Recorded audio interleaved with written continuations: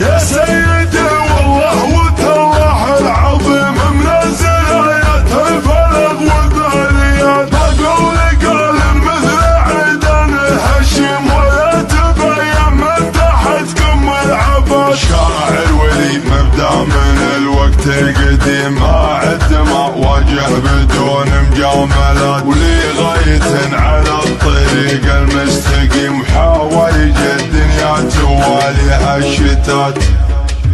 الأمنيات كبار والخطر محم، والحق واكبر من جميع الأمنيات، وانت الشموخ اللي على الدنيا مقيم، وانت الجنوب اللي تحيح الثقات، وانت الامل لطاحت دموع اليتيم، وانت الرجال ضاع في غيرك ومات، وانت الحزام اللي يشد بهالبريم، وانت السحاب اللي ينصرم عرق النبات، وانت الكرم وانت الوفاء وانت الكريم، لا بالحلا نهر دجله والفرات، وانت سمو المعرفه وانت الحليم، وانت الدهر اللي فاق تفكير الدهر، وانت السلاح اللي يضد بهالخصم اللي يعتلوا على ظهور المسرجة، على دروبك تعب عيال الحريم، وعلى صغر سنك كسبت الأولاد، واللي ما جابت واحد مثلك عقيم، أطيب لها لو دخلها كله بنات. واستغفر المولي من ابليس الرجيم، لاغتابنا خلقه ولا لحقهم شمال، لكن هذا الواقع اللي مستديم ثابت ومتثبت ولله الثبات. يا سيدي والله وتالله العظيم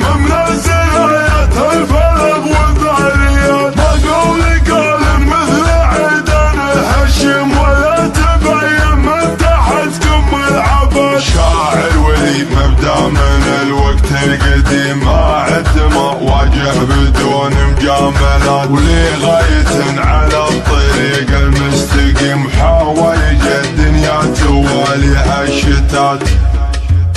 الأمنيات كبار والخطر محم، والحق واكبر من جميع الأمنيات، وانت الشموخ اللي على الدنيا مقيم، وانت الجنوب اللي تحيح الثقات، وانت الامل لطاحت دموع اليتيم، وانت الرجال ضاع في غيرك ومات، وانت الحزام اللي يشد بهالبريم، وانت السحاب اللي ينصرم عرق النبات، وانت الكرم وانت الوفاء وانت الكريم، لا بالحلا نهر دجله والفرات، وانت سمو المعرفه وانت الحليم، وانت الدهر اللي فاق تفكير الدهر، وانت السلاح اللي يضد بهالخصم اللي يعتلوا على ظهور المسرجة، على دروبك تعب عيال الحريم، وعلى صغر سنك كسبت الأولاد، واللي ما جابت واحد مثلك عقيم، أطيب لها لو دخلها كله بنات. واستغفر المولي من ابليس الرجيم، لاغتابنا خلقه ولا لحقهم شمال، لكن هذا الواقع اللي مستديم ثابت ومتثبت ولله الثبات.